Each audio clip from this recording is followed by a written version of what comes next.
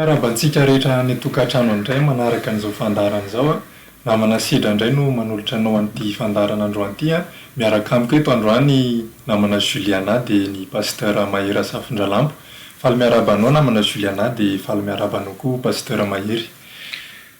Efa voaresakitsika matetika teto moa zany hoe mariky ny biby ity zany a. Fa amin'ity androany ity dia tsara angamba ho velabelarintsika ato anatin'izao fandarana izao hoe iza tokoa moa le biby ity a. Ity moa araka ilay voalazanao tany amin'ny conférence pasteur hoe manana ny projet 2030 a hametrahana ny nouvel ordre mondial. Ao anatin'izay mety misy le resaka ny hoe président mondial dia izay ny ho velabelarintsika eto androany. Miarabantsika rehetra izay manaraka izao fandarana izao dia faly miarabanao koa namana Sedra ary miarabanao koa pasteur. Maro sika izay mbola tsy mahalala ny fisian'izany hoe antikristy izany a. Dia androany tsika melabelatra mombamomba izany ary anontany hoe iza no mety ho fiantsoana azy, maro ny anarana mety ho fiantsoana azy dia androany ampafantatra anareo hoe iza marina ilay antikristy. Faly miarabantsika rehetra, miarabanareo mianaday ihany koa makasitraka amin'ny fanasana indray amin'ity inona ny vaovao ity. Resakitsika zany momba an'izay ataontsika hoe fe lehibe amin'ity zao tontolo zao ity, mondialiste amin'ny fe an'izao tontolo zao ity dia ametraka ny atao hoe projet 2030 na nouvel ordre mondial amin'io 2030 io. Zay ny fikasany. Ho eken'i Jesosy Kristy ve zany ho hitantsika eo fa raha ny zava-misy amin'izao fotoana izao aloha dia efa tena manakaiky tokoa tsika ny hiditra amin'ny fito taona farany. Ka raha amin'ity taona ity no hidirana amin'ny fito taona farany izay ny traité de paix ho ataon'io antikristy io ihany no anodina azy izay ho resahantsika rehefa avy eo dia mitombona tokoa le hoe 340 no hipetraka izany nouvel ordre mondial zany. Ho vitany ve ny fanontaniana dia hoe sitrapon'i Jesosy Kristy ve zany satria miankina amin'ny fiaviany zany. Fa no jerentsika androany dia hoe ahoana ary ny mombamomba azy araka ny fanontanianareo teo izavy ny fiantsoana azy izay aloha ny jerentsika voalohany. Ny fiantsoana an'ity antikristy ity betsaka, misy ny manao hoe antikristy arak'izay lazaintsika izay ao amin'ny jaonina faharoa toko voalohany andinin'ny fafito dia hoe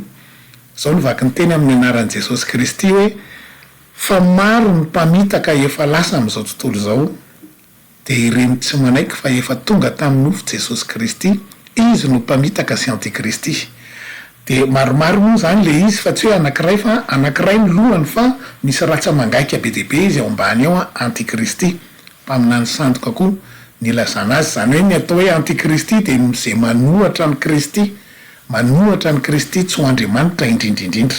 Ny antsoina azy manaraka koa dia hoe lehilahinota na zanaky ny fahaverezana, mpanohatra hozy izy ny apôstôly Paoly ao amin'ny Tesalonianina faharoa toko faharoa andinin'ny fahatelo. Zao ny vaky ny teny eo hoe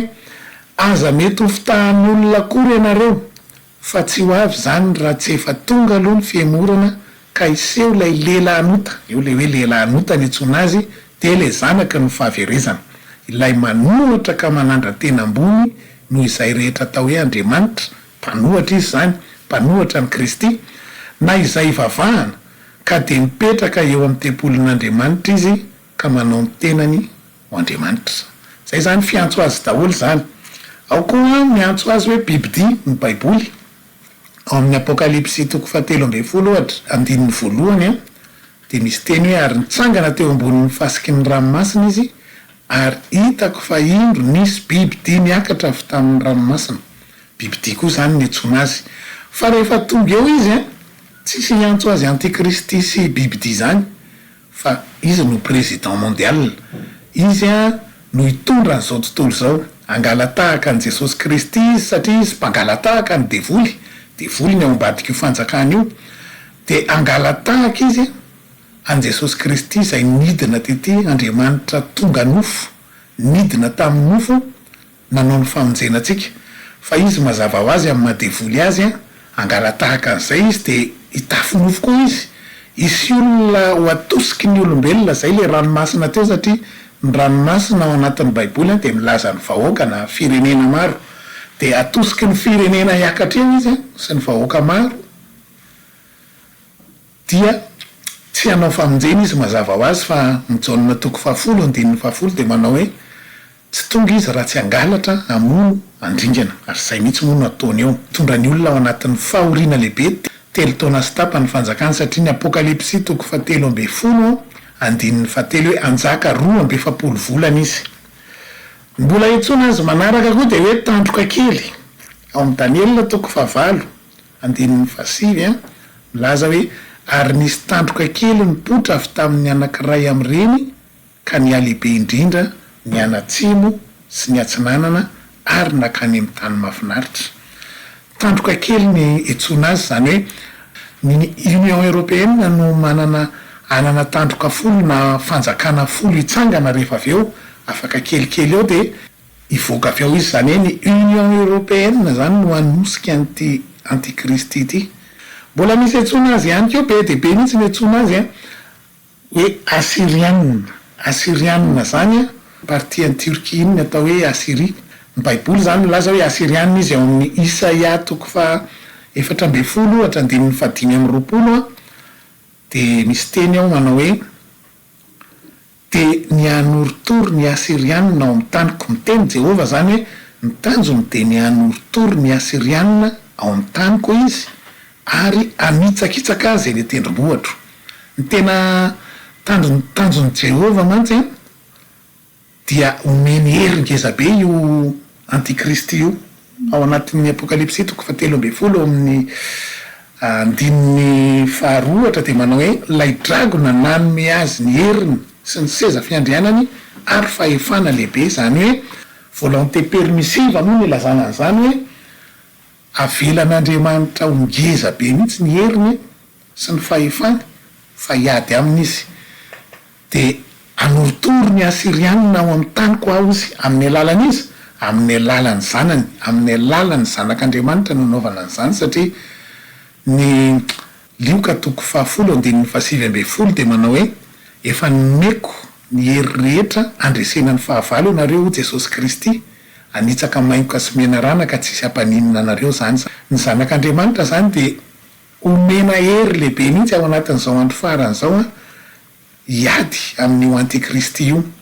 de zay de teny eto hoe tanjon'Andriamanitra de ny anoritory ny Assirianina ndikany tsy tokony atahotra n'izany antikristy zany tsika satria devoly efa resy izy na satana ny ao anatiny ao na iza satria satana mihitsy arak'le nilazaintsika teo hoe hitafinofo izy angalatahaka de tsy hanao famonjena fa hitondra ny olona anaty fahoriana lehibe i satana io misy olona eo hitsanganatsangan'ny olona hitondra n'izao tontolo zao de elany ny andrasany an'izay tonga amin'izay izy hiditra ankeriny ao anatin'ny olona eo izy de hitondra ny olona ao anatin'ny fahoriana lehibe fa itsika kristianina de tokony ho ampiasain'ny tompo hiady sy andreseny zany antikristy zany zay zany aloha ny fiantsoana anazy araka ny fanontanianao volazanao teo moa pasteur hoe ny vahoaka na ny firenena no anosika an'ity antikristy itsanganany eto amin'izao tontolo zao azo lazaina ve hoe mety aiza ny fiaviany ary mety azo fantarina koa ve hoe amintsika amin'ny teny zao hoe iza le satria maro no milaza fampianarana amin'ny teny hoe Donald Trump le izy na Jared Kushner na ny prince ny Arabia Saoudita mety efa azo fantarina ve amintsika amin'ny teny zao araka ireo famantarana voalaza amin'ny baiboly makasika an'io bibidia io raha ny fiaviany ty antikristy ity efa hatramin'ny ela zany izy io efa nisy tandindona tany aloha tany tamin'ny torony Babela tamin'izany fotoana zany ao amin'ny Genesis eo de nisy niangona ny olona rehetra nangon'ny Nimroda anohatra an'Andriamanitra ny tena tanjony de ny anohatra zay ma antikristy azy anohatra foana any Kristy nikambana ny olona rehetra ny firenena rehetra tamin'ny alalan'ny fitenenana anankiray andeha anohatra an' Jehova de zany ihany nitranga amin'izao fotoana zao de ny mahavariana fa raha mijery tsika ny tranony Union Européenne ny Bruxelles de miendrika Tour de Babel le tranony zareo zany hoe le fanahy zany efa tany aloha be tany de mbola eo satria fanahy tsy mety maty mbola eo izy hatramin'izao de mbola iray fomba fiteninay ny olona amin'izao fotoana zao ny teny anglisy moa zao ny teny iarahana amin'izao fotoana zao amin'ny zao tontolo eto amin'ny firenena rehetra ny apokalipsy toko 13:10 andininy 2 rehefa miresaka an'io bibidia io de zao ny vaky ny teny ao hoe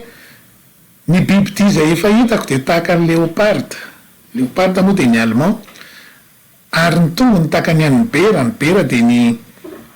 rosianina hoena jerentsika eo zay amin'ny fotoana mety a fa tsy hidirantsika lalina aloha androany fa ity fahatelo ity ny tena tiako resahana de le hoe ary ny vava ny tahaka ny vavan'ny liona satria ny liona de ny anglisy ka iteny anglisy zany ty gouvernement mondial ty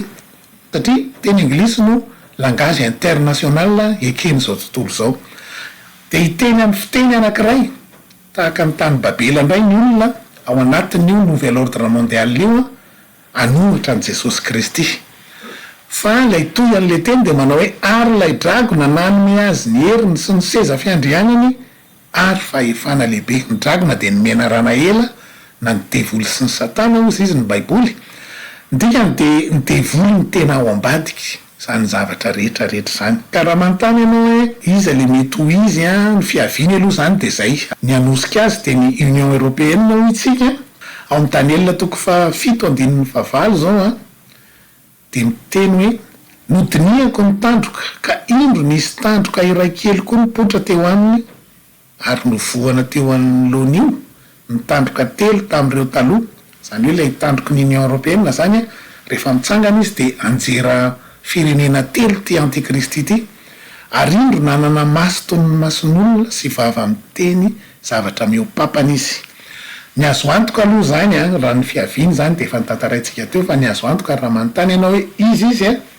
ny azo antoka aloha de Illuminati izy tsy maintsy miainga avao izy satria zay le teny teto hoe nanana maso toy ny mason'olona sy vava miteny zavatra miopapana izy. Raha fantatritsika ny logo an'ny Illuminati de misy ny maso iny maso mijery eran'izao tontolo zao midikany zany hoe mahita eran'izao tontolo zao zay ny tenin'ny baiboly lazaina amin'io zany efa voasoratra mialoha daholo zany zavatra rehetra zany ao amin'ny apokalipsy toko 7:12 de misy teny ihany koa mbola milaza hoe le tandroka folo io no anosika azy ary ny tandroka folo zay hitanao de mpanjaka folo zay tsy mbola azo fanjakana ao Eropa io fa mandray fahefana to anjaka iray ora miaraka amin'ny bibidia izy tsy enimpolo minitra io fa ilazan'ny baiboly hoe tena folo fanjakany satria 3 taona sy tapany ihany ny fanjakany fa ny Tesalonianina faharoa toko 2:9 de milaza mihitsy ny apôstôly Paul fa nosakanana aloha fahalalana azy mandra-pipotrana zay le sakana ao amin'ny Tesalonianina faharoa toko 2 io be de be ny olona miteny hoe ny fanahy masina io sakana tenenin'ny baiboly io ao amin'ny Tesalonianina faharoa toko 2 fa tsy fanahy masina io fa ny fahalalana n'lay bibidia no sakanan'Andriamanitra mihitsy aloha tsisy alala hoe izy de arak'le teninao teo hoe misy milaza hoe vinantolahan'ny Donald Trump izy Jared Kushner misy milaza hoe Donald Trump mihitsy be de be ny filazana hoe izy fa eo amin'ny andininy faefatra amin'ny Tesalonianina faharoa toko 2 io de misy teny hoe mipetraka eo amin'ny tempolin'Andriamanitra izy ka manao ny tena no Andriamanitra ny alalana azy zany de rehefa tafapetraka ao amin'ny tempoly amin'izay izy ka mametaveta ao de manao ny tena no Andriamanitra ao zay moa lefa vetavetana tsy de hoe ametaveta inona loatra ao izy fa le izy milaza ho Andriamanitra ao zay ny fahavetavetana satria tany amin'ny fanekena taloha rehetra tany Jehova de niteny foana hoe eo amin'ny toerana io eo a Jerosalema zany eo amin'ny toeran'ny tempoly io ny masony sy ny fony ary ny anarany mandrakizay ao amin'ny mpanjaka voalohany toko 7:7 ohatra misy an'izay teny zay de rehefa ametaveta ao izy de eo voalalitsika hoe ay ve ty le izy fa am'izao aloha sakanana le fahalalana azy de ohatra ny to izy daholo hoe ohatra ny Jared Kushner vinantolahan'ny Donald Trump ohatra ny Donald Trump tsy fantatra ho ny baiboly satria sakanana mihitsy ny alala azy. Misy zao arak'le teny nivakitsika tao amin'ny Isaia toko 4:5 teo hoe ny anoritory ny Asirianina ny tena tanjon'Andriamanitra de Asiria zany avy any Turquie mety Erdogan koa ve zany izy satria Erdogan zao ny filohan'ny Turquie ary Erdogan tena ohatrany hoe manana mahafeno ny fepetra atonga azo antikristy zany am'izao ny zavatra ataony de zay no mahatonga antsika hoe tsy fantatra mihitsy izy raha jerentsika ndraiky io a ny apokalypsy toko fa 13:faharoa zao de le niteny teo mivakitsika teo ty hoe ary ny biby ty zay efa hitako de tahaka ny léoparde de ny Allemagne, zany hoe mety ho allemand koa izy zany izy raha jerentsika zao ny andininy fahatelo amin'ny apokalypsy toko fa 13 de manao hoe ary hitako ny lohany anankiray zay toa voka efa ho faty nefa sitrana ihany lay feriny saika nahafaty azy ary gaga ny tany rehetra nanaraka n'ilay biby ty. Zany hoe milaza ny Allemagne mihitsy io satria ny fanjakana Allemagne de nanana loha efatra de ny lohany anankiray a saika efa maty tamin'ny andro Hitler fa velona ihany ndray izy rehefa nandeha ny 4e Reich rehefa nazera ny rindrim-beany Berlin tamin'izany fotoana zany de velona ndray ny Union Européenne niaraka ny Allemagne niaraka tamin'ny Frantsay rehefa avy eo de zay mahatonga ny titeny ty hoe gaga ny tany rehetra nanaraka n'ilay biby ty satria sitrana ihany lay feriny saika nahafaty azy. Zany hoe mety ho allemand ve zany izy ko satria rehefa jerentsika ny andininy 12 tapany faharoa zao ao amin'io apokalypsy toko fa 13 de miteny hoe ary ny tany amban'izay monina eo de asainy mekoaka eo an'ilay biby ty voalohany le fanjakana le antikristy de nitohany hoe zay efa sitrana tamin'ny feriny saika nahafaty azy lay biby ty voalohany zany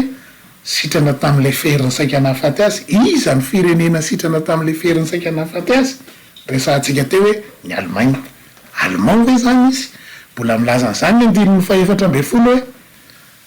ny tapany faharoa ihany hoe sady nilaza am'izay monina ambonin'ny tany ko mba hanao saro any biby ty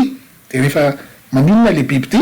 voany sabatra nefa velona ihany mbola manondro ny Allemagne ihany zany de ohatrany mbola mamperitreritra koa hoe allemand hoe zany izy ty maninona no misafotofoto ohatran'izany le izy satria le tenin'Andriamanitra mihitsy nefa milaza hoe sakanana aloha fahalalana azy tsy hisy halala io aloha hatreto fa ny halalantsika azy de izy rehefa mipotra rehefa avy eo ameta veto amin'ny tempoly hoe ay ve ty le izy satria betsaka koa milaza hoe ny roi Charles izy zany hoe ny roi ny Angleterre am'izao fotoana zao koa no izy misy milaza hoe Rosianina izy zany hoe mety ho Poutine hoy zareo na zay mandimby azy eo no ny adiny Ara-Makedona ao amin'ny Ezekiela toko fa 7:30 zay tarihan'ny Goga sy Magoga Rosianina moa ny Goga sy Magoga be de be zany ny atao hoe pronostika raha zay ny azo ilazana azy hoe ho iza ty antikristy ty fa ny tenin'Andriamanitra de milaza fa tsy misy mahalala hoe iza mihitsy izy prince sy Jordanie ve etsetra be de be ny lista fa ny tenin'Andriamanitra zany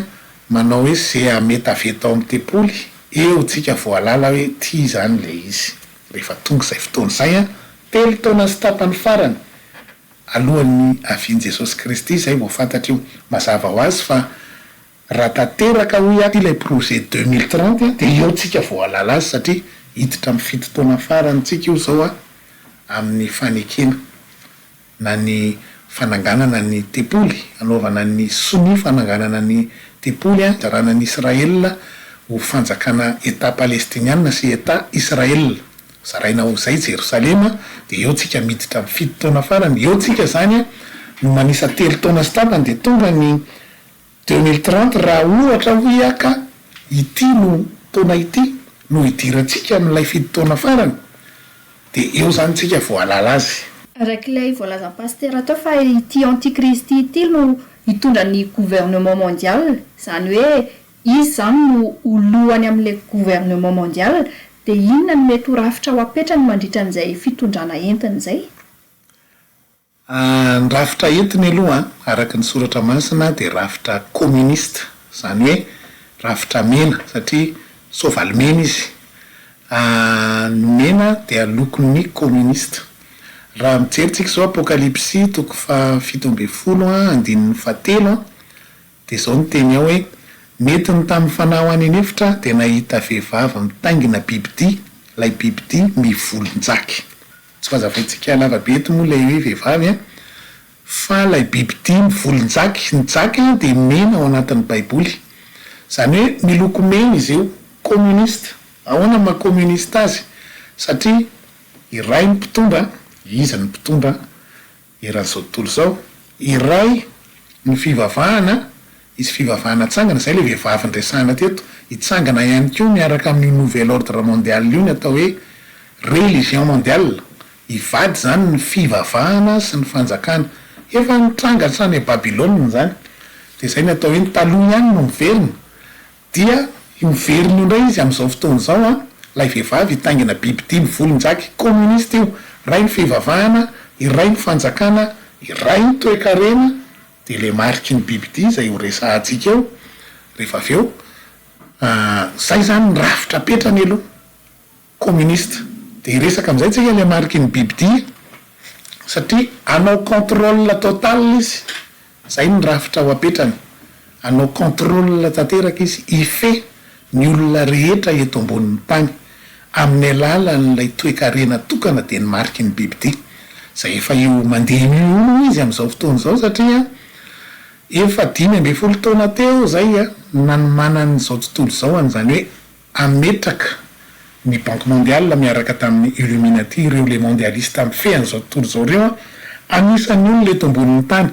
misaina ny olona eto ambonin'ny tany efa 5 taona zao no efa niketriketrika ary zareo anisy numéro ny olona eto ambonin'ny tany de zay tokoa mitranga am'izao fotoana zao mandeha ny atao hoe identifiant numérique zay ifehezana ny olona rehetra eto ambonin'ny tany satria numéro tena ny olona eto ambonin'ny tany na hoe identifiena zany hoe rehefa mandray an'ilay numéro d'identification numérique zay apetraka io zany ny olona de lasa identité mondiale io lasa identifié am'ilay gouvernement mondial izy lasa polony gouvernement mondial izy zany de andray vonina an'io fotsiny le bibidy rehefa avy eo betsaka moa miteny hoe rehefa avy eo vo tonga eo izy zay vo ametraka an'le anisan'ny olona anisan'le marika anisy pusiny olona mety anisy pusiny olona tokoa izy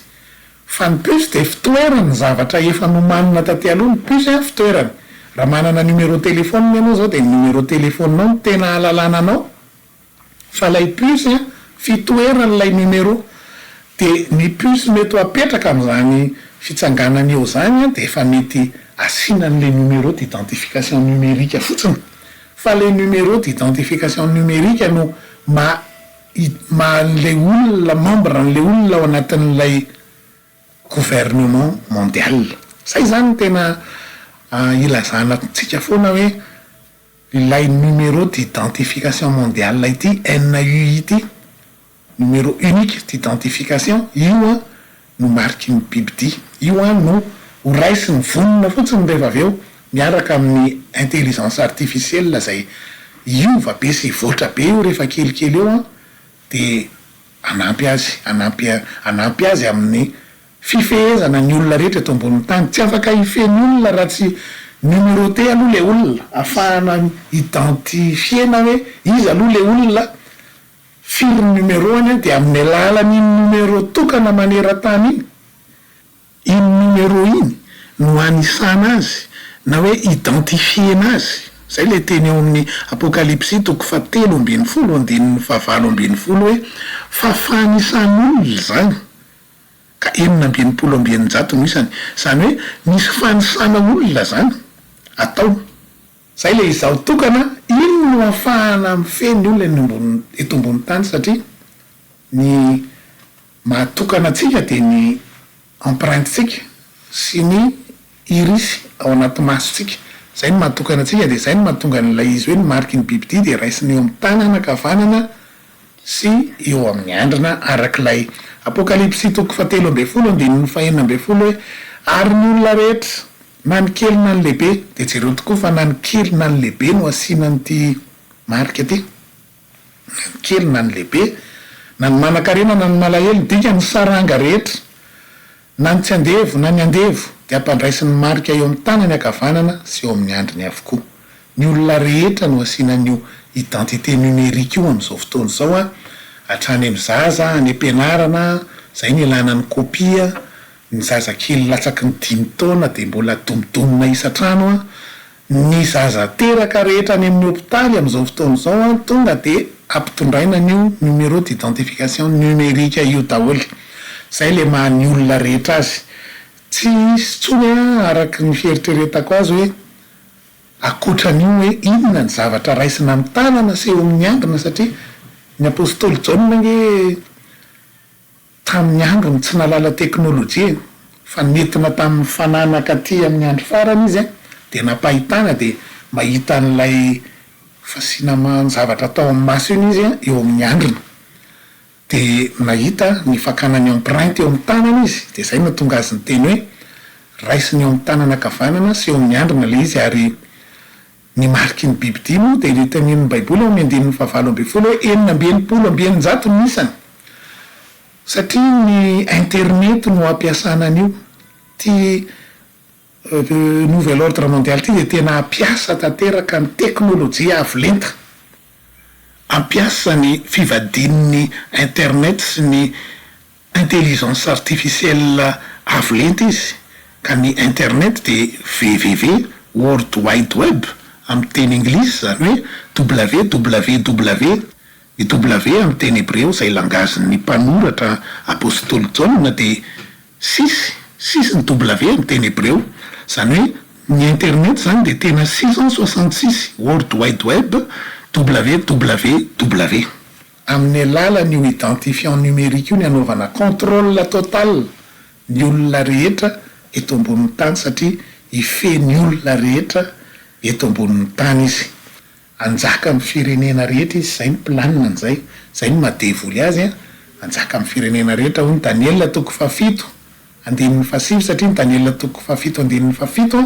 milaza n'ilay biby matsiravina na ny Union Européenne io a zay io no hivadika ho tsika na hanosika n'ilay antikristy rehefa avy eo de zao ny teny ao amin'ny andininy 7 hoe tena amiry alala izay fototra marina ny amin'ny fahefatra de ilay biby hafa noho izy rehetra sady matsiravina indrindra zay nanana ny vy sy hovarahana sady ny hinana sy nanotaota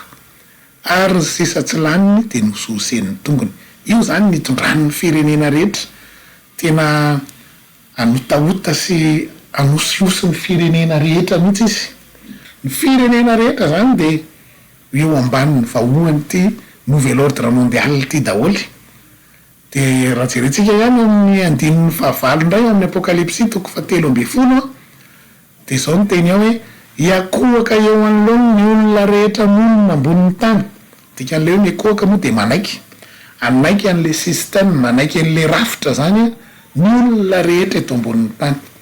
fa ny kristianina tsy anaiky an'io ny olo-masina tsy anaiky an'io rafitra io a de zay no mahatonga aminazy hoe anenjika ny olo-masina iady amin'ny olo-masina izy de misy moa ny olo-masina miresy ty anankiray ty zao le mivakitsika teo de aharesy azy fa misy kosa ny olo-masina andresy ao amin'ny apokalypsy toko 12 ohatra andininy 1:20 de manao hoe izy ireo na resy azy no ny amin'ny rahany zanak'ondry sy ny filazana azy zany hoe izy kristianina ho resy ary izy kristianina resy lay fahafenon'ny fanahy masina lay herin'Andriamanitra ao anatintsika hoe azo hery ianareo amin'ny latsahan'ny fanahy masina aminareo araky ny asan'ny apôstôly toko 1:9 zay no andresentsika azy de vavaka ao atsika rehetra moa mba ho anisany zany hoe andresy azy zany tsika fa tsy anisan'le ho resiny